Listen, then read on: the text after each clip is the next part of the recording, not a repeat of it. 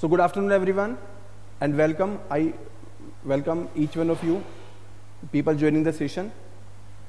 And in this session, we have the special guest, Mr. Shivang Rastogi. I really congratulate him. He has got success in UPSC 2022 exam with the commerce optional.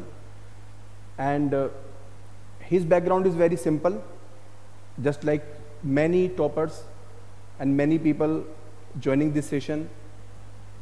He has completed his BCom from Delhi University and he has completed his MCom as well.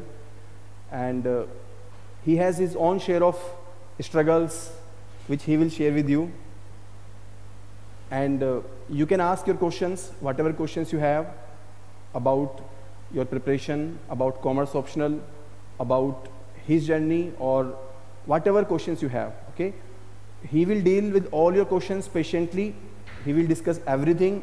Meanwhile, whatever questions you have, you can share in the chat box. He will look at it later on. And I will also be there in the session. I will also join in the last again if you have any further questions about commerce optional, about your book list, timetable, and he will also look at the doubts, okay? So our purpose of this session is that whatever questions, whatever queries you have regarding the commerce optional, especially this session is focused on the freshers. Especially इस session में हम लोग freshers पे focus कर रहे हैं. If you are preparing for 2023, for you people, we will have a separate session. Okay, we will have a separate session, or we will make a small video and we'll share with you. So if you are preparing for 2024, 25, 26, then this session is for you. If you are preparing for 2023, it is your choice whether you want to join this session, because it will be hour-long session, and we will have a separate session for 23 as well. Okay. So handing over to Shivang, and I really congratulate you. So good evening, everyone. So I am Shivang Rastogi.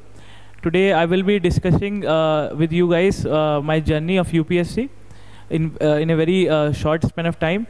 Thereafter, I will be discussing primarily the commerce-related issues which are there in your mind, and majorly I will be focusing on the people who are preparing for the next attempt, that is 2024, and from there onwards.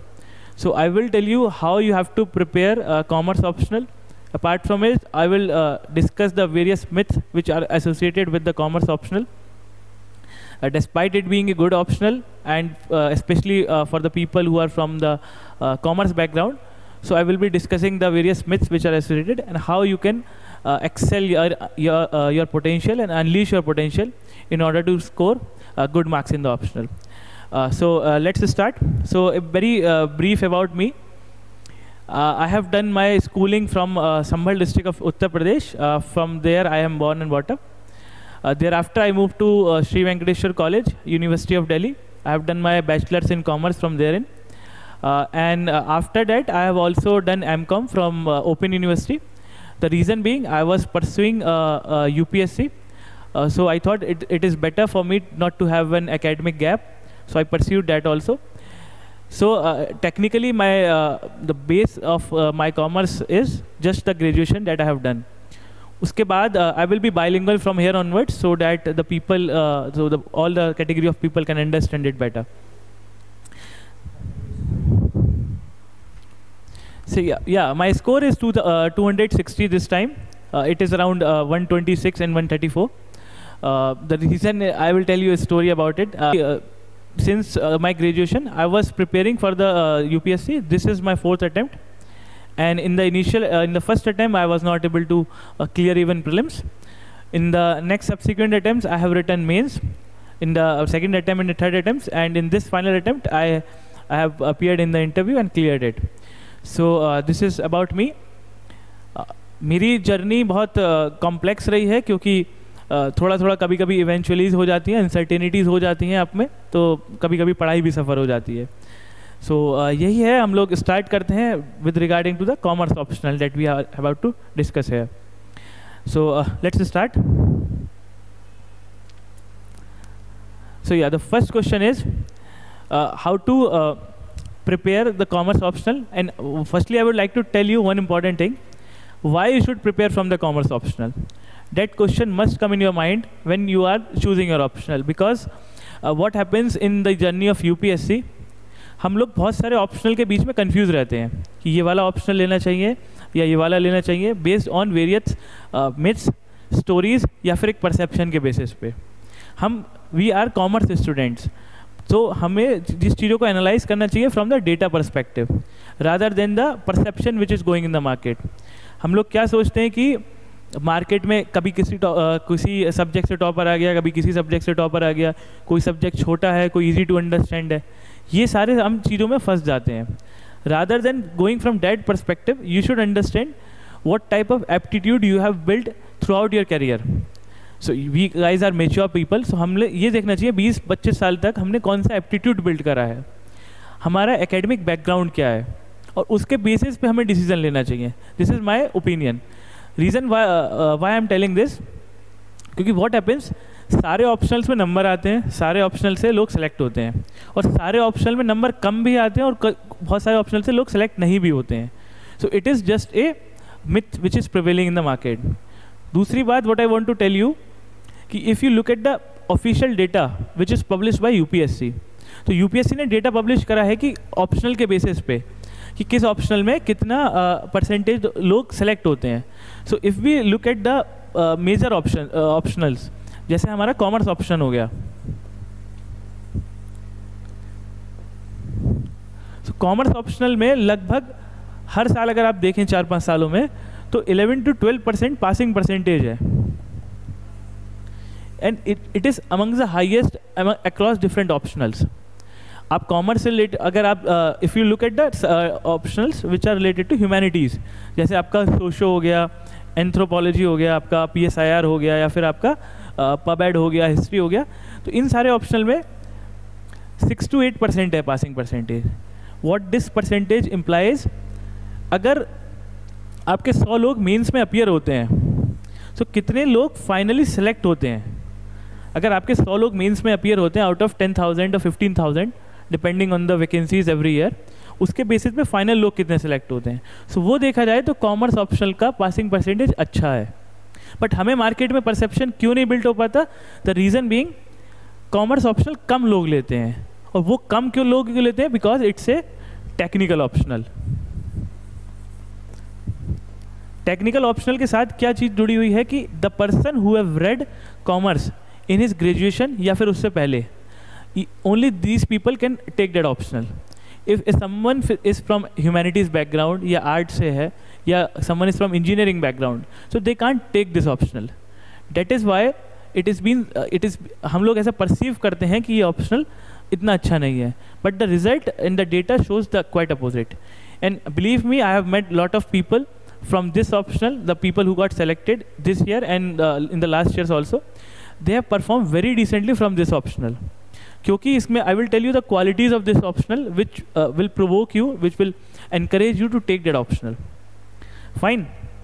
So this is about the basic thing which I want to tell you in the initial phase of this lecture, क्योंकि आपके जो मन में preconceived notion है वो निकलने पहले ज़रूरी है, then only you will have the conviction to take such optionals. Fine. Then we have to discuss who should take that commerce optional. Then the point is,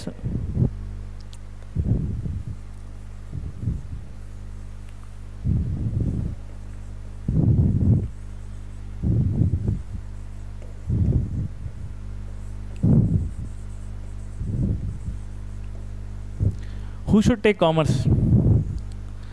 अब सिंपल सा लॉजिक है, the people from commerce background should take this optional, but इसको further segregate करते हैं.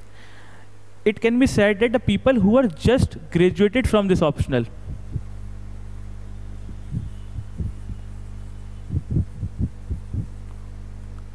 just graduated मतलब if you have passed BCom honours हो गया, MCom हो गया आपका, या फिर BBA, या फिर इस तरीके के कोर्स हो गए जिसमें आपने दो चीज़ पढ़ी हो. Let me tell you, commerce optional में दो चीज़ हैं. वन इज़ अकाउंटिंग वाला पार्ट पेपर 1 में जो है, सेकेंड इज़ मैनेजमेंट वाला part. So it is equally applicable to the person who are pursuing bachelors in business administration. Good for those who are pursuing higher education या फिर masters करा है, जैसे MCom किया है किसी ने, या फिर MBA किया है. I will tell you, I will clarify this doubt कि MBA लोगों के लिए कितना बेनिफिशियल है. There is a friend of mine in the last year जिन्होंने MBA करने के बाद MBA फाइनेंस में बहुत अच्छा स्कोर किया था कॉमर्स ऑप्शनल में. So I will tell about this. Then professionals. Professionals constitute a very intelligent lot of people who take commerce optional. और इन प्रोफेशनल्स में कौन आएंगे आप वो देखिए. प्रोफेशनल्स में सिंपल आएंगे आपके CAs, chartered accountant, company secretaries, आपके कॉस्ट एंड मैनेजमेंट अकाउंटेंट जिसे आप CMA बोलते हैं. इसके अलावा even if you have pursues CA till the intermediate stage या फिर CA इंटर तक किया है, even then this optional is very good for you. क्योंकि जो चीज़ आप CA के इंटर में जितने एग्जाम्स हैं ना, जो आप 8 पेपर लिखते हैं, वो ज़्यादातर चीज़ें आपकी पेपर 1 में कवर हो जाती हैं. सो ओवरलैपिंग बहुत है. वो वाला आप जो ICI का स्टडी मटेरियल है, you can also take that study material. So for these people it is very golden optional. अब इसका देखते हैं रीज़न क्या है. रीज़न सिंपल सा ये है, इस ऑप्शनल में ना आई वुड से, if I am not exaggerating, 50 से 60% चीज़ें के कंटेंट के बारे में आप ऑलरेडी जानते हो if you have pursued BCom, MCom या फिर आप प्रोफेशनल हो. पेपर 1 में आपको मैनेजमेंट पढ़ा होगा, पेपर 1 में आपने अकाउंटिंग पढ़ी होगी, सबने फाइनेंशियल अकाउंटिंग पढ़ी है since class 12th. Cash flow statement जो फाइनेंशियल मैनेजमेंट का टॉपिक है वो आपने क्लास 12th के बोर्ड्स में भी करके आए हो. उसके बाद आप आगे जाते हैं कॉस्ट अकाउंटिंग, टैक्सेशन या फिर आप फाइनेंशियल मैनेजमेंट. ये सारी चीज़ें आप ग्रेजुएशन के किसी न किसी ईयर में ज़रूर पढ़ते हो. I have not met a single person जिसने कि ये सारी चीज़ें ना पढ़ी हो अपनी ग्रेजुएशन में. So these things provide a edge to you guys, जो कि आप लोग इस ऑप्शनल को परस्यू कर सकते हो. सिंपल सा तरीका है कि आपने वो चीज़ पढ़ रखी है, बट वो आपने एक एकेडमिक पॉइंट ऑफ व्यू से पढ़ रखी है in order to qualify your university exams. यहाँ पे क्या है, आपको एक UPSC के थ्रू, UPSC का जो एग्ज़ाम होता है उस पैटर्न के बेसिस पे चीज़ें पढ़नी है. So that will be helpful for you अगर आप उसको चैनलाइज तरीके से पढ़ेंगे. सेम सोर्स रहेगा, सेम स्ट्रेटजी रहेगी जो आपने यूनिवर्सिटी के लिए पढ़ी है, बट आपको थोड़ा सा टैक्टिकल शिफ्ट करना पड़ेगा, टैक्टिकल मनूवरिंग करनी पड़ेगी, क्योंकि वहाँ पे क्वेश्चन आपके कुछ डिफरेंट लेंथ के आते हैं, डिफरेंट मार्क्स के आते हैं. यहाँ पे चीज़ें थोड़ी सी बदल जाती हैं. ठीक है. Yes, so this is about it. Who should take this commerce optional? So it is very good for these people. Now I would like to tell you जो BCom या फिर MCom या MBA वाले लोग हैं, इनके लिए कैसे बेनिफिट है. CA वाले लोग सोचते हैं कि हमने केवल अकाउंटिंग वाला पार्ट पढ़ा है जो कि पेपर 1 में है, और प्रोफेशनल्स या फिर जो BCom वाले लोग हैं ये सोचते हैं केवल हमने मैनेजमेंट का थोड़ा सा पार्ट पढ़ा है जो कि पेपर 2 में है. बट ये आपने सिलेबस देखने से पहले सोच रखा है. If you look at the syllabus very carefully you will know कि जो BCom वाले लोग हैं, MCom वाले लोग हैं, उन्होंने पेपर 1 और पेपर 2 के कुछ पार्ट ज़रूर पढ़े हैं. You have red management in your college, you have red human resource management. Specifically शायद आपने ऑर्गेनाइजेशन थ्योरी या बिहेवियर ना पढ़ा हो, बट आपने ब्रॉड चीज़ें ज़रूर पढ़ी हैं. हेनरी फॉल के प्रिंसिपल हैं या FW टेलर की चीज़ें हैं वो आपने ज़रूर पढ़ी है. So that is going to help you here in. ठीक है. सो आपकी ये सारी चीज़ें, और MBA वाले लोगों ने मास्टर्स इन बिजनेस एडमिनिस्ट्रेशन किया है, तो शायद आपने फाइनेंस में किया हो या फिर आपने ह्यूमन रिसोर्स मैनेजमेंट में किया हो, तो these things are going to help you here in. Fine. So अब आपको I hope you guys know कि आपका कौन सा किन किन लोगों के लिए this is going to help you. Then I would like to tell you about the few myths which are associated with this optional.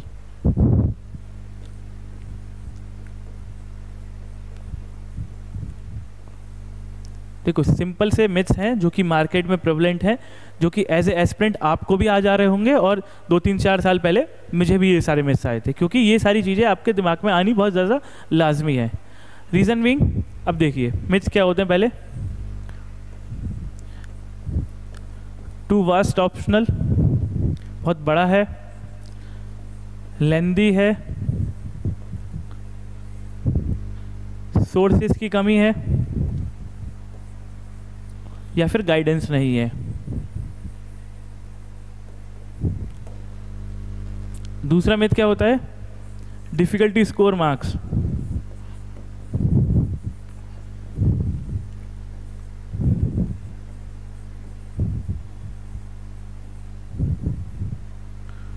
Marks आपके नहीं आ रहे हैं उस हिसाब से जिस हिसाब से आप एक्सपेक्ट कर रहे हैं. ये दो जनरली मिस रहते हैं, और रिवीजन का बहुत ज़्यादा इशू है, रिवीजन या फिर कंसोलिडेशन।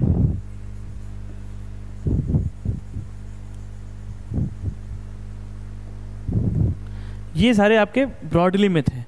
अगर आपका कोई और भी आपको कोई डाउट हो तो you can ask in the comment section, I will be taking this doubts afterwards. तो सबसे बड़ा जो मिथ है कि बहुत बड़ा ऑप्शनल है। देखो, बड़ा आपको लग रहा है कि 10 सब्जेक्ट हैं, बट आपको प्रायोरिटाइजेशन करना है सारे सब्जेक्ट्स का, और आपको ये समझना है कि कौन से एरियाज में से, कौन से सब्जेक्ट में से चीज़ें ज़्यादा आ रही हैं।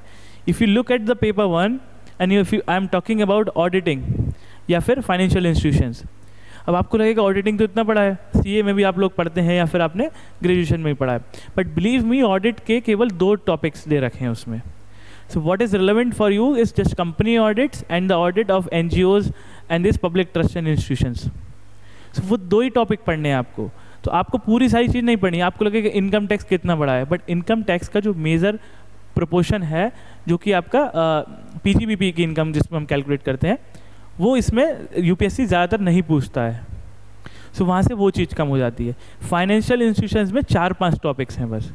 सो जितना बड़ा आपको सिलेबस दिख रहा है वो एज सच टॉपिक मतलब सब्जेक्ट बड़े हैं, बट यूपीएससी ने प्री डिटरमाइन कर रहा है बहुत अच्छे से syllabus. So what you can do is just to read the bullets which is given in the syllabus very sincerely, then you will be able to understand कि सिलेबस है कितना एक्चुअल में। उसके बाद look at the previous year questions, then you will understand कि difficulty level questions का कितना है, whether it is just standard level और it is the higher order, या फिर बहुत डिफ़िकल्ट क्वेश्चन है या फिर बहुत आसान क्वेश्चन है। वो आपको जब समझ में आएगा। एक और मिथ स्टूडेंट को डाउट रहता है कि न्यूमेरिकल से रिलेटेड, पेपर 1 में पूरा न्यूमेरिकल होगा and we are not good in numericals, so how to manage that, I will be taking that separately. Fine. So जो लेंथ आपको दिख रही है वो वैसे बहुत बड़ा है, but again things are very sorted if you study them in a very consolidated way, then it is very easy for you to manage it. Fine. Then I have talked about the lengthiness of this paper. So it is not that lengthy, despite that it's a good optional. Vast है but manageable है. It is manageable. It is और सबसे बड़ी बात है, vast कितना भी हो बहुत सारी चीज़ें आपको आती हैं। If I ask you about the journal entries जो कि कंपनीज की इशू ऑफ शेयर्स में आप लोग करते हैं, तो वो आपने 12th क्लास में भी करी हैं, तो सिंपल सी वही एंट्रीज आपको यहाँ पूछी जा रही हैं। सो आई डोंट से कि वो आपको एडिशनल पढ़ने की ज़रूरत है, वो चीज़ें आप अपनी वही चीज़ें से थोड़ा सा मैनेज कर पाएंगे। Then let's talk about the sources. इस ऑप्शनल के सोर्स क्या, we will be discussing about this sources it separately, क्योंकि इट्स ए टॉपिक जो कि आप बहुत ज़्यादा लोगों के कन्फ्यूज़न होगा। So we will be discussing about the source, then we will talk about the source and guidance separately, जो कि मेरे को इसमें थोड़ा सा डिटेल में बताना पड़ेगा आपको। देन इट्स बीइंग सेड कि it is very difficult to score marks. देखो जैसे मैंने पहले भी बताया, हर ऑप्शनल में मार्क्स आते हैं और हर ऑप्शनल में मार्क्स नहीं आते। So it is how you perform in this optional that will determine your marks rather than the optional itself. आप अगर ऑप्शनल को अच्छे से मैनेज करोगे तो you will be able to score good marks. ठीक, तो लो के मार्क्स आए हैं, there are toppers in the previous years जिनके मार्क्स 300 प्लस भी आए हैं। So it is not as such कि मार्क्स नहीं आते। अब मार्क्स कम क्यों आते हैं, मेरे थोड़े से इस बार कम आ गए क्योंकि I was ill, मतलब मेरी तबीयत ख़राब हो गई थी पेपर 1 से पहले। So I was not in my full capacity और full mental state to write a very decent exam. Despite that I scored a very fair enough marks. तो ये वाली बात आपको ध्यान में रखनी चाहिए। और even I know what are my shortcomings, even then on the basis of that I am telling you the things which you can rectify. I know my shortcomings, that is why I got average marks या फिर above average marks, क्योंकि nowadays getting 250 plus score in optional is a very decent task. Fine, तो वही चीज़ आपको manage करनी है। Then the point is with regard to revision and consolidation. देखो ऑप्शनल अगर वास्ट होता है या फिर ऑप्शनल बड़ा है, लेंदी है, तो मैटर क्या करता है कि आप उसको रिवाइज किस तरीके से करते हैं। सो रिवीजन के लिए you can take the help of various जो कि इंस्टीट्यूट्स के नोट्स होते हैं और उसको आप ना शॉर्ट फॉर्म में डिवाइड कर सकते हैं। जो भी चीज़ आप पढ़ते हैं वो आपके लिए हैंडी हो जाएगी, वो इस तरीके से आप अप्रोच कर सकते हैं। We will be discussing that in separately. ये इंपॉर्टेंट बहुत सारा डाउट है कि न्यूमेरिकल्स को कैसे मैनेज करें। अब इसको मैं आपको थोड़ा सा बता देता हूँ।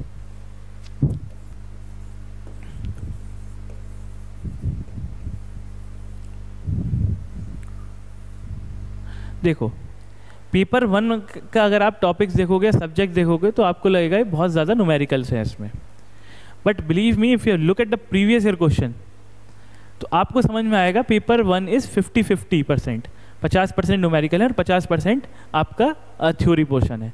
क्योंकि देखो FM में आपकी थ्योरी आती है, financial institution is completely theory based, आपका auditing is completely theory based, तो 3 टॉपिक्स तो आपके थ्योरी बेस्ड हो गए।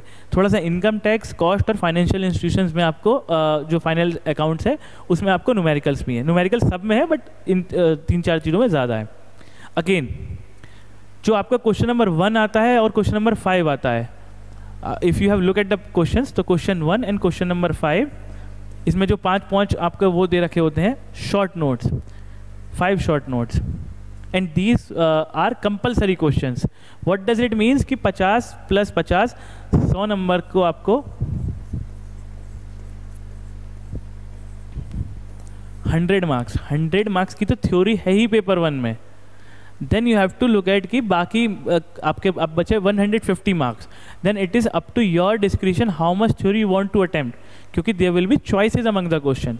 The people who are from professional background like CS, they preferred कि more theory attempt करी जाए, but people from like say I am from BCom, so I attempt theory more than the numericals, but you should have a balance। दोनों चीज़ में कर सकते हो depending कि आपकी कौन सी चीज़ स्ट्रॉन्ग है। You need to strengthen your strong areas पे फोकस करना है आपको। और अगेन एक कैविएट भी है यहाँ पे, the people from professional background जो CA हैं या फिर CS हैं, उनको भी कॉम्प्लिसेंट नहीं होना चाहिए कि पेपर 1 कम्प्लीटली न्यूमेरिकल बेस्ड है। There are equal proportion of theory in that paper also, so you can not neglect theory of paper 1। That is very important and you must keep this thing in your mind, otherwise you have to face the repercussion of that. ठीक है, तो आपको ये ज़रूर याद रखना चाहिए कि थ्योरी भी है, paper 1 is a mix of theory plus practical.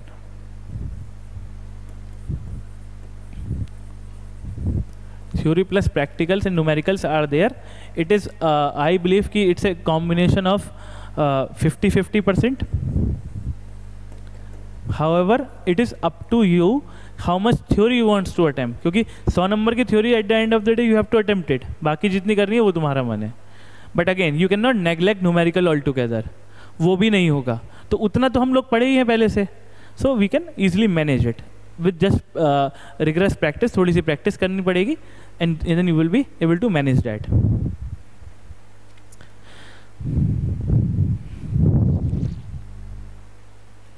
Now I will be telling you about the strategy, my strategy and timetable, then I will be discussing the sources and book list। So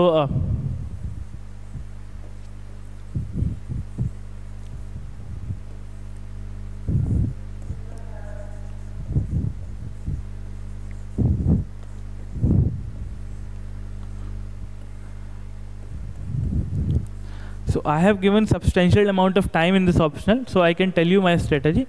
My strategy is very simple. Simple in the sense कि I have to look, मतलब मैं source बनाता था, previous year question को analyse करना है,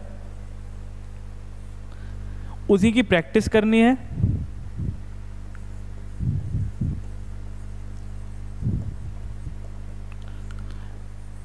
you have to write some test series,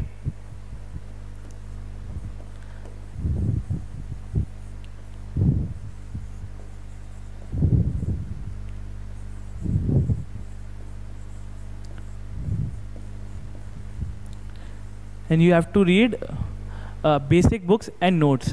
What are these basic notes? These basic books are the books that you have referred while preparing for commerce in the graduation itself. जो आप graduation में books पढ़ते हैं आप वो use कर सकते हैं यहाँ पे। आई विल टेल यू कैसे यूज़ कर सकते हैं in the book list column itself, and then you can take the help of notes which are being provided by institutes. Institutes के नोट्स से बेनिफिट क्या होगा, that I am going to tell you in the upcoming slide. उससे क्या फ़ायदा होगा, देखो simple सा फ़ायदा है, institutes have put a lot of efforts in doing there research, तो you should take the help of their research in order to ensure कि आपका वैल्यू एडिशन हो पाए आंसर में। और कॉमर्स में एक थोड़ा सा इशू ये है कि it's a very scattered optional. जैसे इंडस्ट्रियल रिलेशंस है, फाइनेंशियल इंस्टीट्यूशंस है, ओपन एंडेड वर्ड है, क्वेश्चन उसकी डेप्थ में से आ सकता है। So if you are going to read all the books, it is very difficult for you to consolidate the stuff. So institutions have put a tremendous amount of time and effort to consolidate their things based on previous year question and their research. So you should take the benefit out of that. So I have discussed with sir, I have seen the notes and I have read also value addition के लिए dynamic IAS के notes काफ़ी अच्छे हैं इसमें, क्योंकि they have put a considerable amount of time in doing research. और सबसे अच्छी बात है वैल्यू एडिशन है, you will have a lot of examples and definitions of the authentic authors. So उससे क्या होगा, आपको वैल्यू एडिशन, अगर आप आई विल टेल यू कि अगर आप किसी डेफिनेशन लिखते हैं, कोई डेफिनेशन लिखते हैं और उसके आगे इसको लिख देते हैं इसका ऑथर कौन है, so it is going to help you. कैसे? ये आपकी डेफिनेशन को ऑथेंटिसिटी प्रोवाइड करता है। सो आई हैव सीन कि बहुत सारी डेफिनेशन की आपके ऑथर्स के दे रखा है और बहुत अच्छे से दे रखा है। So it is very difficult to read things and understand things even by self study. Fine, so this is the basic strategy. और उसके साथ साथ मेरा ये था कि मैं एक substantial amount of time optional को देता था। ग्रेजुएशन से मेरा थोड़ा सा बेस बना हुआ था, उसको मैंने बिल्टअप करा है यूपीएससी के दौरान। आई have not red things from the scratch. थोड़ा सा पेपर 2 में बहुत सारी चीज़ें स्क्रैच से पढ़नी पड़ी, थोड़े से टॉपिक्स पेपर 1 के भी स्क्रैच से पढ़ने पड़े, क्योंकि थोड़ा सा सब चीज़ें नहीं पढ़ते हम ग्रेजुएशन में अच्छे से, बट फिर उसके बाद बिल्ट ऑन हो जाता है आपका बेस। फाइन, और टाइम टेबल का बताएं तो time table I have made a very very simple and straight forward routine and I would suggest you guys to follow that routine. I will also give a customize things with regarding to that. So time table का क्या फंडा है, देखो 20% plus 40% plus 40%। We are commerce students, we must understand how to make sure things in A quantifiable terms. 20% time अगर पूरे दिन का मुझे देना है करंट अफेयर्स में, 40% टाइम देना है मेरे को पूरे दिन का अपना जीएस में, और 40% टाइम देना है मुझे अपने पूरे दिन का ऑप्शनल में। सिंपल फंडा है। Let's say if you are studying for 10 hours, 2 hours for current affairs, 1 hour for newspaper and 1 hour for other current affairs. 40% means another 4 hours for आपका जीएस में GS 1 2 3 4, then 40% time is for optional, मतलब 4 घंटे optional के, 10 घंटे में 2 घंटे, 4 घंटे और 4 घंटे। अगर आप ऐसे नहीं पढ़ पाते हैं, if you are not that kind of person, कोई दिक्कत नहीं है इसमें, आप ऐसे पढ़ सकते हैं, नहीं तो आप ऐसे कर सकते हैं। प्रोपोर्शन यही रहना चाहिए at the end of week. You can study for let's say 6 7 8 hours for optional, अगले दिन आप ऑप्शनल मत पढ़ो, ऑल्टरनेट डे पढ़ लो, या फिर किसी हफ्ते में 3 दिन पढ़ लो। या फिर आप ऐसा कर सकते हैं 6 घंटे एक दिन ऑप्शनल पढ़ लिया, 2 घंटे जीएस पढ़ ली, 6 घंटे अगले दिन आपने जीएस पढ़ लिया, 2 घंटे ऑप्शनल पढ़ ली, डिपेंडिंग कि आपको किस मोड में आसानी से समझ में आता है और आप रिलैक्स रह के पढ़ पाते हो। इट डिपेंड्स, क्योंकि हर आदमी का पढ़ने का तरीका अलग होता है, हर आदमी का अंडरस्टैंडिंग का लेवल अलग होता है, और हर आदमी का कैप्चरिंग पावर भी अलग होती है। So it depends, it totally depends on you, but remember this thing, keep things very simple. You should not give over, मतलब ज़्यादा से ज़रूरत से ज़्यादा टाइम नहीं देना है ऑप्शनल को, और ज़रूरत से कम टाइम भी नहीं देना है। You have to give proportionate amount of time.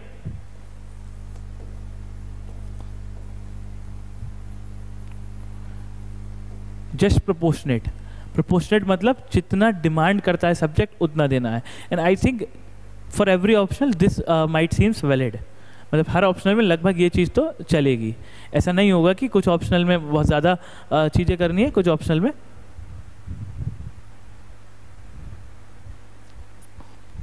Fine, so this is about the time table which you can pursue. मेरा भी लगभग ऐसे ही रहता था।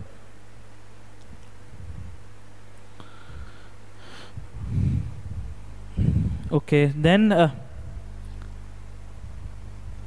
again this is a very common question जो मैं भी सोचता था अपनी प्रिपरेशन के दौरान, किस सब्जेक्ट से स्टार्ट करें।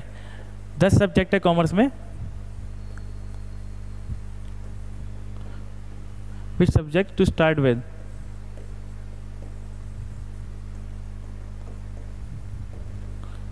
Again, if you are a BCom grad जैसे मैं था, तो आपने जो बीकॉम में सब्जेक्ट पढ़े हैं आप उसी सब्जेक्ट से स्टार्ट करिए।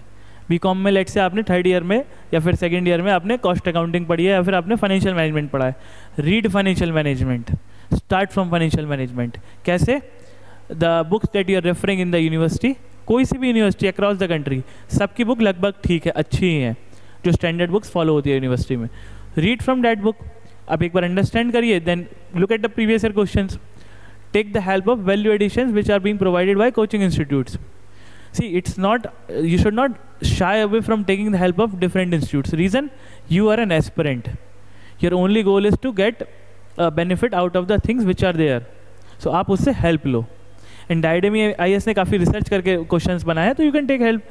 10 बुक से अच्छा पढ़ने से अच्छा है एक इंस्टीट्यूट के नोट पढ़ लो जिसमें 10 तरीके के क्वेश्चन मिल जाएं. That will be very helpful for you. Fine. तो समझ में आया किस सब्जेक्ट से स्टार्ट करना है. अगर आप मैनेजमेंट ग्रेजुएट हैं, MBA वगैरह कर रखा है, तो आप ऑर्गेनाइजेशन थ्योरी से स्टार्ट कर सकते हो, ह्यूमन रिसोर्स मैनेजमेंट से कर सकते हो. ठीक है, तो it's not an hard and fast rule, किसी भी सब्जेक्ट से आप स्टार्ट कर सकते हैं.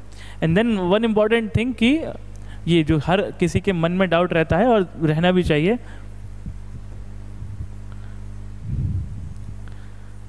The big word coaching.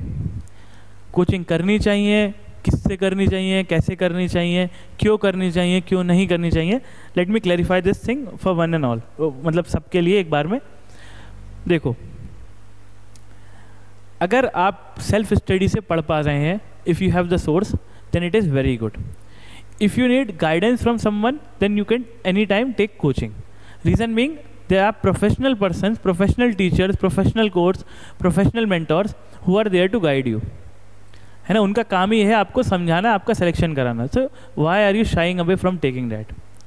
दूसरी चीज़, even if you are studying from मतलब सेल्फ स्टडी, खुद के सोर्स हैं, खुद के नोट्स हैं, बहुत अच्छा है. मैं भी ज़्यादातर ऐसे ही करता था. बट सुनो एक बात, you can always take some good coaching test series. Daily practice कर सकते हो तो बहुत अच्छा है, वरना आप फ्रीक्वेंट आप एक शेड्यूल वे में टेस्ट सीरीज प्रैक्टिस करो. टेस्ट सीरीज से क्या होगा, आपने जो खुद पढ़ा है आपको पता चलेगा कितना पढ़ा है, कितना पढ़ा आपको रिटेन रह रहा है, आप अपने आप को इवेल्युएट कर पाएंगे. So that you are going to get benefit from the test series. दूसरा बेनिफिट टेस्ट सीरीज का, वैल्यू एडिशन चीज़ें मिलेंगी. Let's say you have read from X source, you have read from A source, आपने 10 चीज़ें पढ़, 2-4 point आपको पता है. टेस्ट सीरीज के आपके सॉल्यूशन में अगर 2-3 पॉइंट आपको एक्स्ट्रा मिल जाते हैं with example, then you can put all this thing in your notes. 2 चीज़ आपकी नोट्स में बढ़ गई तो आपका वैल्यू एडिशन भी हो जाएगा. Through this way you can get good marks in the final exam. तीसरी चीज़ क्या कर सकते हैं आप, कोचिंग इंस्टीट्यूट्स के नोट्स से हेल्प ले सकते हैं. Again, rather than reading 10 books, because we are lacking in time, we have to read 5 GS subjects also, 4 GS plus 1 essay. उसके बाद कॉमर्स भी पढ़ना है, इसके अंदर भी सब्जेक्ट्स हैं. तो क्या कर सकते हो, कोचिंग इंस्टीट्यूट के नोट्स की हेल्प लो. अब देखिए एक बात सुनो, हमारा ऑडिटिंग पेपर है या फिर फाइनेंशियल इंस्टीट्यूशन है पेपर 1 में, या फिर पेपर 2 में इंडस्ट्रियल रिलेशंस है. इनकी कोई बहुत अच्छा ऑथेंटिक सोर्स नहीं है जो कि यूपीएससी पॉइंट ऑफ व्यू से बना हो. मार्केट में कोई ऐसी बुक नहीं है. कहाँ से पढ़ेंगे auditing? If you read from the things that you have already read, let's say in BCom, या फिर आपने सीए में पढ़ा है ऑडिटिंग. सीए में ऑडिटिंग का स्कोप बहुत वाइड है. बीकॉम में थोड़ा सा नैरो पर्सपेक्टिव से फैक्चुअल इन्फॉर्मेशन है. यूपीएससी पॉइंट ऑफ व्यू से कोचिंग इंस्टीट्यूट्स के नोट्स लिखे गए होते हैं, इसलिए वो चीज़ आपको बेनिफिट प्रोवाइड करेगी. So you can take help from that. This is my personal take. You can, it is always your decision. You can compare the pros and cons of it and take decision wisely. Fine. So this is my opinion, और ये चीज़ आपको help create करेगी in the long run.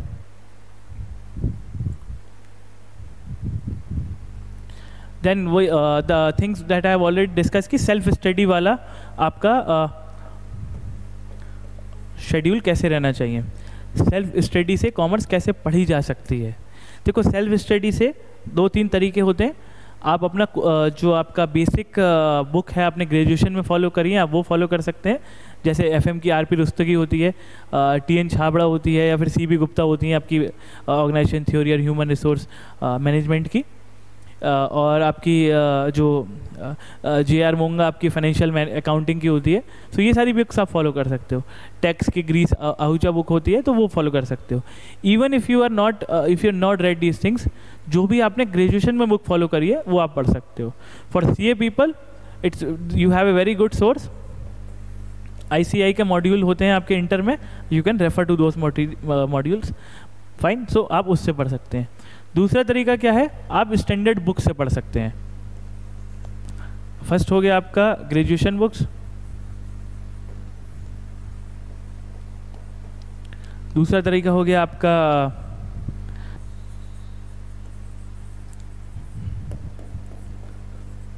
you can take the help of coaching institutes notes, then you can follow some advanced book.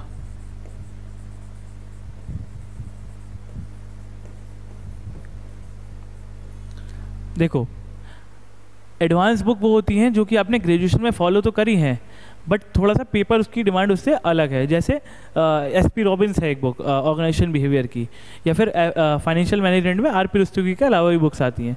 So you can take the help of those books, जिससे आप या तो examples ले सको, कुछ topics समझ सको, या फिर कुछ न्यूमेरिकल सॉल्व कर सको। So you can take the help of from those books. दूसरी चीज़ सबसे अच्छी भी जो रहेगी, आप एक बार अपनी बुक्स के साथ साथ कोचिंग इंस्टीट्यूट के नोट्स को सप्लीमेंट कर लो।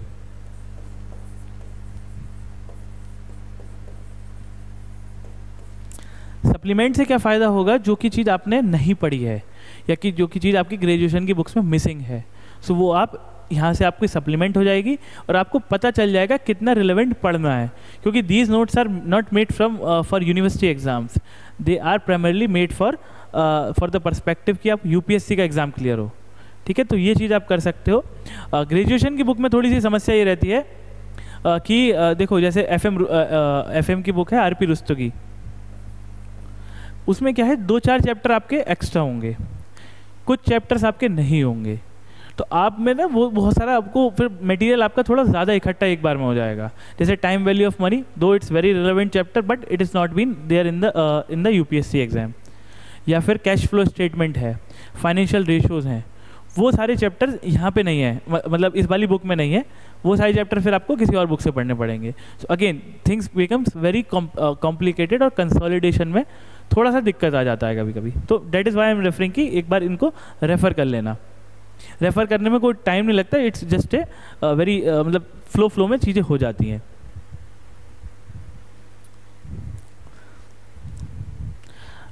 नेक्स्ट पॉइंट इज थोड़ा सा बुक लिस्ट के बारे में मैं बता देता हूँ, सोर्सेज या फिर बुक लिस्ट।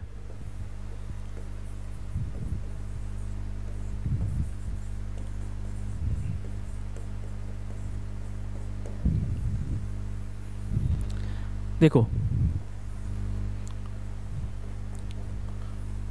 पेपर 1 है and then you have paper 2। Paper 2 में आपके सब्जेक्ट्स हैं OT, OB, HRM and IR। IR का कोई बहुत ज़्यादा ऑथेंटिक सोर्स है नहीं जो UPSC परस्पेक्टिव हो, so you have to relied on coaching institutes notes. OT OB के लिए, इसके लिए आप SP रॉबिन्स की बुक फॉलो कर सकते हैं, फाइन। OT के लिए आप TN छाबड़ा फॉलो कर सकते हैं या फिर CB गुप्ता फॉलो कर सकते हैं। Similar things applied for HRM, आप इसके लिए CB गुप्ता फॉलो कर सकते हैं। अगेन रिमेंबर कि थोड़ा सा लेवल एडवांस हो, ज़रूरत पड़े तो you can always take the help of Google. Google से हेल्प लीजिए, इंटरनेट का अच्छे से यूज़ करिए in order to get good examples. Examples की हेल्प आपको बहुत ज़रूरी है in order to get more marks in every question. अगर आपके कॉर्पोरेट एग्जाम्पल होंगे, आपके गवर्नमेंट रिलेटेड एग्जाम्पल होंगे, specially in human resource management या ऑर्गेनाइजेशन बिहेवियर, तो आपको मार्क्स ज़्यादा मिलेंगे। तो वो एग्जाम्पल्स कहाँ से आएंगे, जब आप ज़्यादा से ज़्यादा थोड़ा सा खुद पे भी सर्च करेंगे। और there are very consolidated notes of various institutes, specially डायडेमी के अच्छे नोट्स हैं, तो आप नोट्स फॉलो कर सकते हो। क्योंकि नोट्स में क्या है कि 4 किताबों से पढ़ के नोट्स बनाए गए हैं रिसर्च करके, तो वो चीज़ आपको हेल्पफुल होगी यहाँ पे। देन यू हैव पेपर 1 में देखो फाइनेंशियल इंस्टीट्यूशंस के बहुत अच्छे नोट्स हैं नहीं, क्योंकि ये बहुत वाइड मतलब नोट्स हैं तो वो बहुत ज़्यादा स्कैटर्ड हैं, बड़ी बुक होगी, and then you have to उसको कम करना पड़ेगा। आपका FM बचता है, FM आपका, अच्छा पार्ट 1 भी है अभी, part A and part B। FM में आप RP रुस्तगी फॉलो कर सकते हैं, it's a very good book. आप कोई और एडवांस लेवल की बुक भी फॉलो कर सकते हैं, बट आई थिंक वो जो एडवांस लेवल की बुक होती है वो थोड़ा MBA स्टूडेंट्स के लिए ज़्यादा होती हैं, वो थोड़ा लेंदी हो जाती हैं बुक्स। तो RP Rustagi is very consolidated, crisp book, to the point information is giving, and one important thing is it is very easy to understand, lucid language लिखी गई है यहाँ पे। देन आपका फाइनल अकाउंट्स के लिए आप ग्रेजुएशन वाली बुक फॉलो कर सकते हैं, स्पेशली जो आपकी JR मोंगा वाली बुक है। कॉस्ट के लिए आप MN मित्तल फॉलो कर सकते हैं। आप ऑडिट के लिए it's again not a very good book, क्योंकि ऑडिट बहुत स्कैटर्ड है और UPSC में दो चीज़ें केवल दो आपके टॉपिक्स दे रखे हैं। कॉस्ट के लिए आप MN मित्तल फॉलो कर सकते हैं। आप टैक्स के लिए गिरीश आहूजा फॉलो कर सकते हैं। बट रिमेंबर वन थिंग कि टैक्स में PGBP वाला chapter is not dead important, तो उसको थोड़ा सा आराम से ही पढ़िएगा। टैक्स में ये ध्यान रखना कॉस्ट किस तरीके के क्वेश्चन आए हैं, पहली बात। दूसरी बात ये रखना कौन से टॉपिक से क्वेश्चन आए हैं। Not everything is important in direct tax, there are few things which are important which you can analyse from the syllabus and from looking the previous year questions. So this is about the sources and book list. Now just to give you brief about the answer writing tips या फिर extra marks कैसे आते हैं, तो I am just telling you कि answer writing tips क्या रख सकते हैं आप। How to write good answers, वो चीज़ें, how to write answers that we can discuss some time else, but now is how to get more marks in an answer.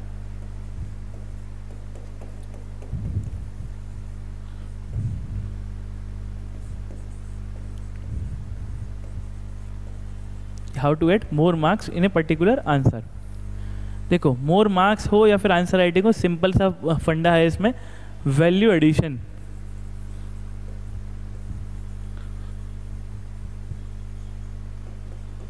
Value addition का मतलब जो चीज़ सबको पता है, जो चीज़ ऑब्वियस है वो आपको पता होनी चाहिए, पर उससे एक कदम ज़्यादा आपको थोड़ी सी इंफॉर्मेशन बढ़ी हो।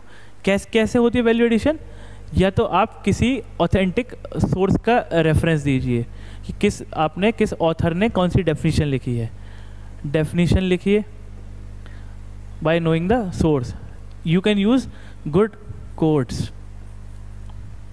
कोई अच्छा सा कोट आपको पता है, specially in the paper 2 I am talking about, you can get good marks. आपको definition you should have good datas, या फिर एनेक्डोट आपको पता है, या फिर आपको कोई कॉर्पोरेट केस स्टडी पता है, then you will get again अच्छे मार्क्स की पॉसिबिलिटी आपकी बढ़ जाएगी। और सबसे इम्पॉर्टेंट तो है, ज़्यादातर कोई भी लाइन आप लिखें, कोई भी पॉइंट लिखें, उसको सब्सटेंशिएट करिए with the help of an example. If you are just writing the theoretical content, you won't get good marks. But if you are substantiating your theory with the example, with an example or with some case study, then you are going to get good marks, क्योंकि उससे examiner को impression पड़ जाएगा that you don't know the thing which is there in the book, but you have also applied your mind and you are a person who have applied knowledge rather than just the theoretical knowledge. So this is through this way you could get brownie points या फिर extra marks कैसे आते हैं। Answer writing में सबसे important है आपको structure answer का पता होना चाहिए, जो कि हम लिखते हैं इंट्रोडक्शन, बॉडी, कंक्लूजन। ठीक है, सिंपल सा है, इसको आपको आंसर राइटिंग में ये ध्यान रखना है, स्ट्रक्चर्ड वे में लिखना है। दूसरी बात, you can take the help of diagrams. Diagrams बड़े बड़े नहीं बनाने हैं, जो आपकी स्टैंडर्ड बुक्स में दे रखे, नोट्स में दे रखे, वो बना सकते हैं, या फिर यू कैन यूज स्कीमेटिक्स इस तरीके से। ठीक है, या फिर आपको सेंट्रलाइजेशन और डिसेंट्रलाइजेशन हो गया, तो आप इस तरीके से सिंपल छोटा सा डायग्राम बना दो। Under centralization, there is a single person who is having control of lot of persons. This is called centralization. Decentralization के लिए you can again refer to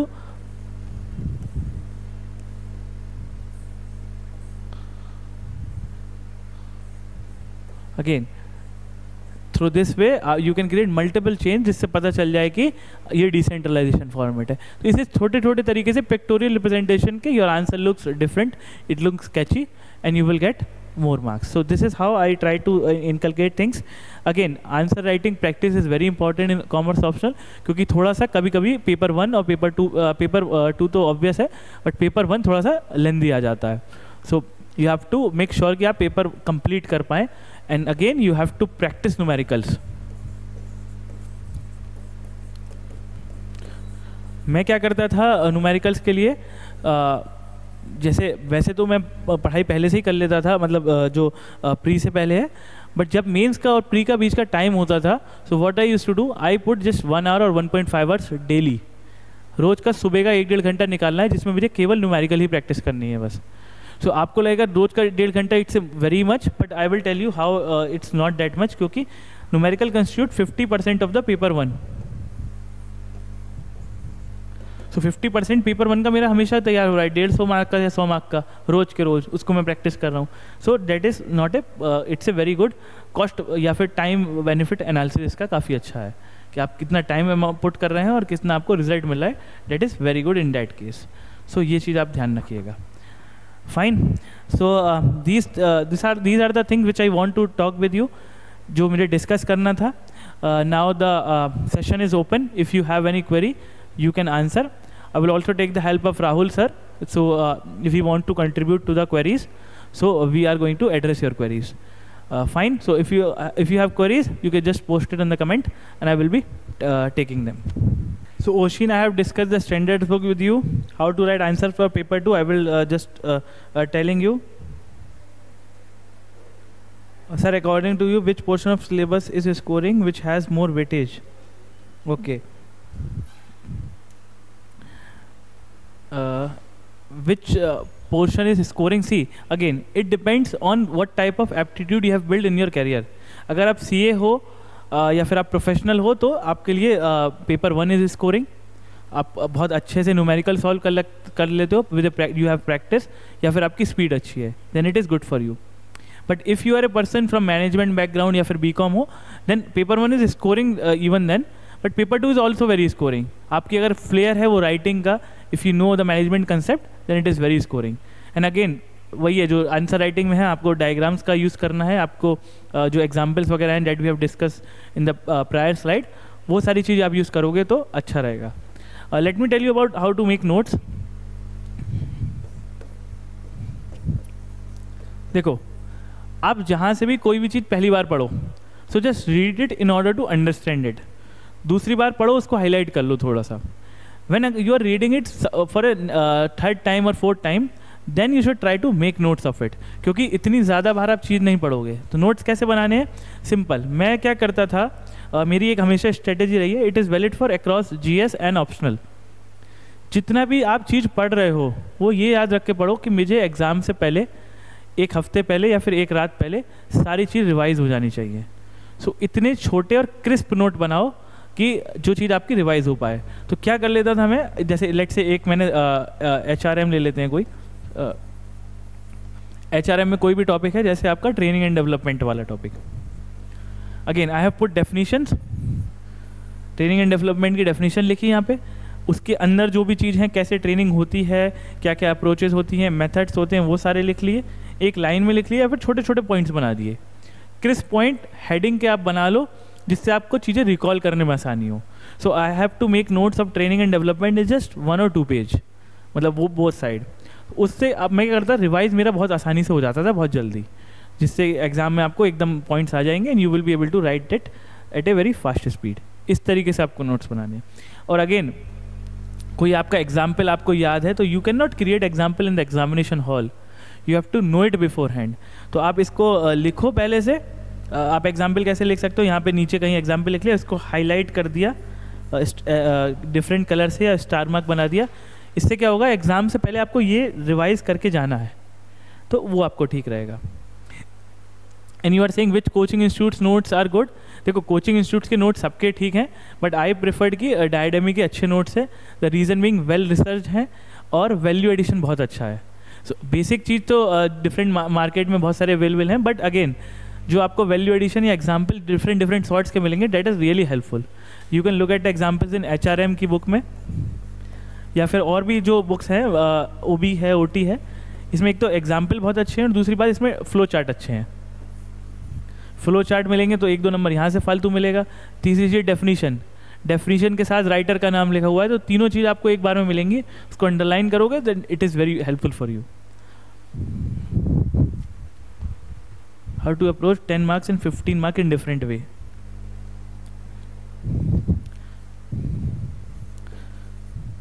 देखो 10 मार्क और 15 मार्कर में अप्रोच सेम रहती है, इंट्रोडक्शन, बॉडी और conclusion.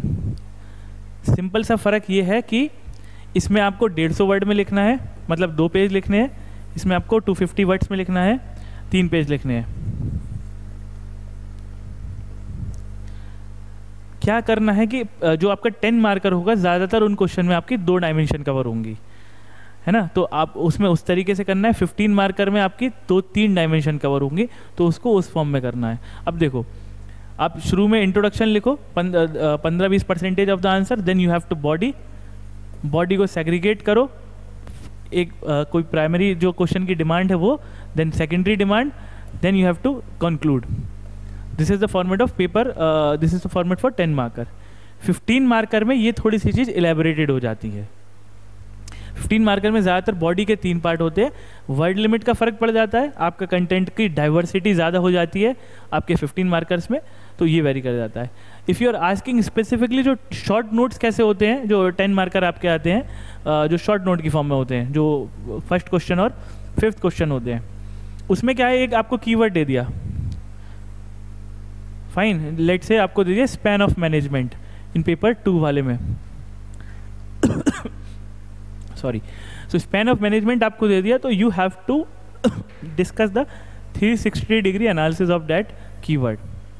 360 degree कैसे करोगे? शॉर्ट नोट में you just have to define the definition, what is span of management, then you can talk about the features, then you can talk about the utility of it, different organisations में कैसे कैसे use होता है, applicability क्या होती है. छोटा छोटा करके आप डिफरेंट डायमेंशंस में अगर इसे खोल सकते हो, then it will look more diverse and you will be having the possibility of getting more marks. 10 markers को जितना डाइवर्सिफाइड रखोगे उतने मार्क्स मिलेंगे. अगर आपने इसको स्ट्रेट फॉरवर्ड ऐसे ही लिख दिया, मीनिंग, फीचर्स, एडवांटेज, डिसएडवांटेज, तो थोड़ा सा इफेक्टिवनेस कम हो जाती है उसकी. Fair enough. See, current affairs are important in order to have value addition in the commerce paper 2 specially. और सबसे ज़्यादा करंट अफेयर की ज़रूरत पड़ेगी आपको जब आप इंटरव्यू दोगे, क्योंकि economy and commerce are very overlapping in the phase of interview. So commerce में यू कैन नॉट सेग्रीगेट कि ये इकॉनमी करंट अफेयर है, ये कॉमर्स की है, तो वहाँ पे तो बहुत ज़्यादा पढ़नी पड़ेगी. तो वहाँ पे phase of interview you can refer another newspaper जो कि बिजनेस का होता है, तो आप इकोनॉमिक टाइम्स या फाइनेंशियल टाइम्स पढ़ सकते हो. Meanwhile, for mains, I won't recommend you to read another newspaper because you are already having a less time. What you can do, जो कि ब्रॉड करंट अफेयर आ रही हैं, जो कि आप कहीं पे भी पढ़ लेते होगे, द हिंदू में पढ़ते होगे, इकॉनमी के पेज में. इकॉनमी के पेज में आप कुछ ना कुछ पढ़ते रहते होगे, जैसे लेट से कोई फिनटेक कंपनी है, उसके बारे में कुछ ना कुछ हो गया, उसकी ऑर्गेनाइजेशन बिहेवियर प्रैक्टिस के बारे में कुछ हुआ, कि HR प्रैक्टिस के बारे में किसी कंपनी का आ रहा है, तो वो आप हेडिंग उठा सकते हो, जिन यू कैन कोट इट. बाकी बहुत ज़्यादा इतनी रिलेवेंट नहीं होती है कॉमर्स में करंट अफेयर्स की स्पेशली. बाकी आपका जो वैल्यू एडेड मटेरियल है वहाँ पे थोड़ी चीज़ कवर हो जाती है. So it is not as such important, but थोड़ा बहुत आप इकॉनमी वाले पेज में द हिंदू पढ़ते हो या द इंडियन एक्सप्रेस पढ़ते हो, वहाँ से 1-2 चीज़ कभी कभी आप उठा सकते हो. With any topic from scratch in paper 2, from the topic most asked and cover in descending way. Yes, that is also a good strategy. You can take paper 2, the topic which has been asked in the previous year question, और most important topic पर आपको पता कैसे चलेगा. और दूसरी बात यह है, अगर आप haphazardly ऐसे टॉपिक उठाओगे तो I think you will B, मतलब कहीं खो जाओगे तुम उसमें. कभी HRM के आपने कभी HRM नहीं पढ़ा या फिर इंडस्ट्रियल रिलेशंस नहीं पढ़ा, सो आप मोस्ट इंपॉर्टेंट टॉपिक उसका उठाओगे तो you will be here and there. What I will suggest, take a subject out of that paper. Let's say HRM उठाओ, उसको शुरू से पढ़ लो, या फिर आप ऑर्गेनाइजेशन थ्योरी उठाओ, उसको शुरू से पढ़ो. टॉपिक वाइज उसको मत सेग्रीगेट करो, आप पूरा पेपर उठाओ. Which Sir, according to you, which portion of the syllabus is scoring which has more weightage?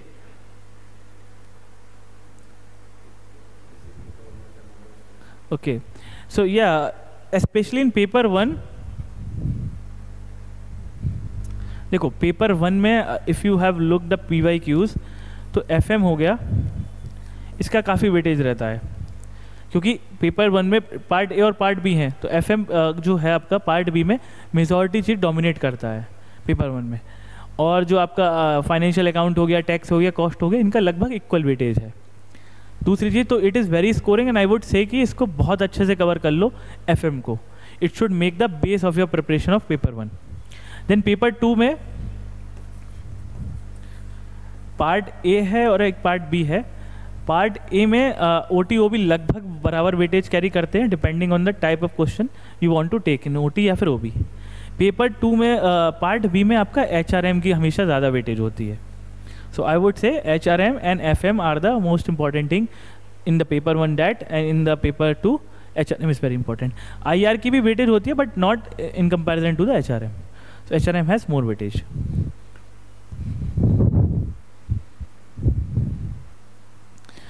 एक और चीज़, एक और डाउट है कि what are the common mistake which is committed by lot of aspirants. ये कॉमन मिस्टेक क्या क्या करते हो? देखो सबसे पहली बात तो आप बहुत बड़ा ऑप्शनल है तो उसको साइलोज में पढ़ते हो, पूरा ऑप्शनल ढंग से नहीं पढ़ा, थोड़ा थोड़ा चीज़ें पढ़ ली, उसको रिवाइज नहीं कर पाए, दूसरी मिस्टेक। तीसरी मिस्टेक मेरे हिसाब से क्या लगती है ऑप्शनल में, आप प्रैक्टिस नहीं करते। Lack of practice one of the important reason. Most of the aspirants के मार्क्स कम क्यों आते हैं? इधर द लैक ऑफ प्रैक्टिस और लैक ऑफ रिवीजन। या तो आप प्रैक्टिस अच्छे से नहीं करे, प्रैक्टिस किसकी? न्यूमेरिकल की नहीं करी आपने, टेस्ट सीरीज की प्रैक्टिस नहीं करी, आप सीधा जाके एग्जाम हॉल में क्वेश्चन लिख कर आ रहे हो, तो फिर आपके मार्क्स कैसे आएंगे? क्योंकि you are not able to improvise yourself. दूसरी चीज़ है आप रिवीजन नहीं कर रहे। रिवीजन क्यों नहीं कर रहे? क्योंकि आपने इतने सारे सोर्सेज से चीज़ें पढ़ ली हैं, आप उसको कंसोलिडेट नहीं कर पाए। अगर कंसोलिडेशन नहीं हुआ ऑप्शनल में, और वो it's not just about commerce optional, it is applicable for across all the optionals. अगर वो नहीं हुआ कंसोलिडेट, देन आप रिवाइज नहीं कर पाओगे, और रिवाइज नहीं कर पाए तो आप एग्जाम हॉल में रिकॉल नहीं कर पाओगे वो चीज़, फिर आप वही एब्रप्ट पॉइंट लिख कर आओगे and you will be getting below average marks.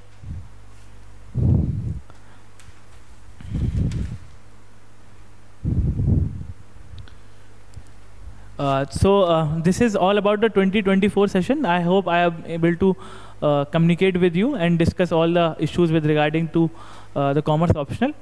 And for especially for 2023 people, since you have very less time, so I will be taking separate session for you people in आज कल में, जिससे कि आपकी help हो जाए. Don't watch this because it is a very comprehensive session and you people have very less time. You just have 80-90 days to prepare for means. Fine. And for more details, you can talk to Rahul sir. You can contact to Diademy IS. They are going to provide you more information with regarding to optional. Fine. So thank you very much.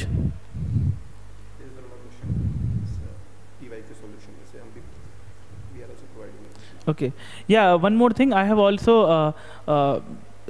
able to see कि Diademy IS के PYQs भी हैं, जो unsolved भी हैं और solve भी हैं. So they are really very helpful. The reason being, question year wise नहीं है, सब्जेक्ट वाइज दे रखे हैं, और सब्जेक्ट वाइज में भी टॉपिक वाइज हैं. तो let's say you prepared A topic of FM में कोई भी आपने लेट्स से आपने कॉस्ट ऑफ कैपिटल पढ़ा, तो आप कॉस्ट एंड कैपिटल के PYQs देख सकते हैं उसमें और उसको सॉल्व कर सकते हैं. So you don't have to go to year wise basis, तो you can take the help of it anyway. That is going to help you. Fine. या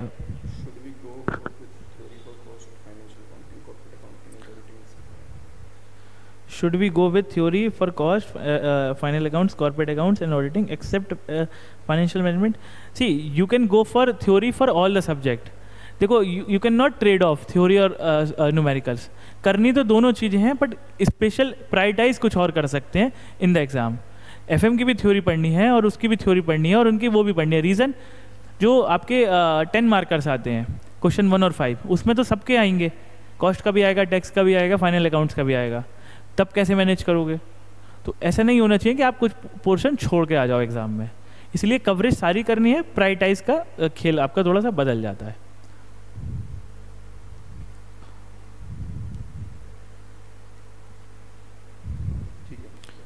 fine, okay, thank you, bye.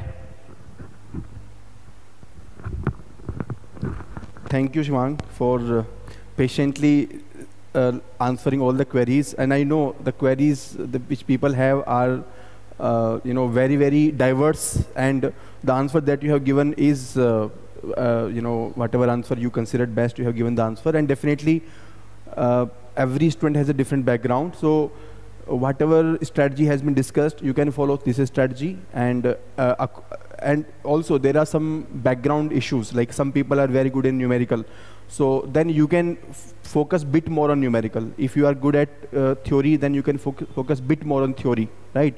And yes, people are facing two problems which I found. One is the current affairs. So should we follow the current affairs in the commerce optional? The answer is no, you don't need to follow any current affairs, right? Current affairs के लिए आपको dedicatedly काम करने की ज़रूरत नहीं है. First you need to cover the syllabus, right? सबसे पहले आप सिलेबस कवर कीजिए. And between prelims and mains, you whatever newspaper you are reading, Hindu, Indian Express, just keep noticing if you can correlate something with the syllabus part. That is enough, okay? And definitely current affairs, apart from this, whatever newspaper we follow in the mains preparation time, we don't need to follow separately, only that is sufficient. And plus we will give you some compilation before the exam, right? We will give you some compilation of the current affairs before the exam, that is sufficient. And basically current affairs as such is not purely that they will ask you some topic from the recent event. No, that kind of current affairs is not what we are talking about. Here the current affair is basically the latest topics which might have been in news maybe last 2-3 years. For example, last year this was moonlighting. So that is the topic which you need to prepare. It is not like it's a one-time event. It has been in news for maybe 6 months, 1 year, 2 years, for long, okay? So these are the issues, the current issues that you need to focus, and that we will provide you. And apart from that, I keep posting on Telegram channel, I keep posting the latest events, some small bites of current affairs I keep posting. Okay, the most important point is that you need to link it with the syllabus part. Link with the syllabus part, okay? So that is there, and we will have more such sessions. If you have any further queries, we will be happy to answer your queries. And for 2023 people, we will have one more session. You can attend that session. And those people who are not on the Telegram, you can join the Telegram channel so that you remain connected with us. And those people who are looking for joining some of the programs. So for the commerce optional, we have all kinds of programs. I'll just take 2 minutes.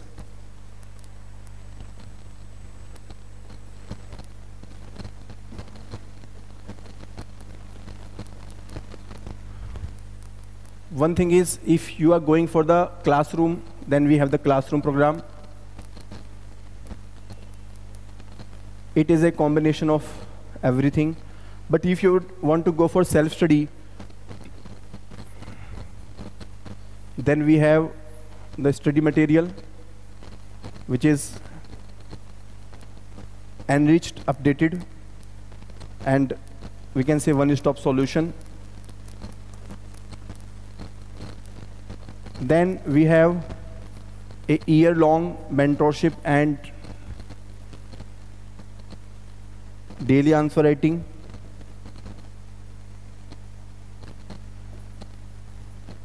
And test series program. Right? And thirdly, we also have the previous year questions, solutions available. Okay, these have been just released now.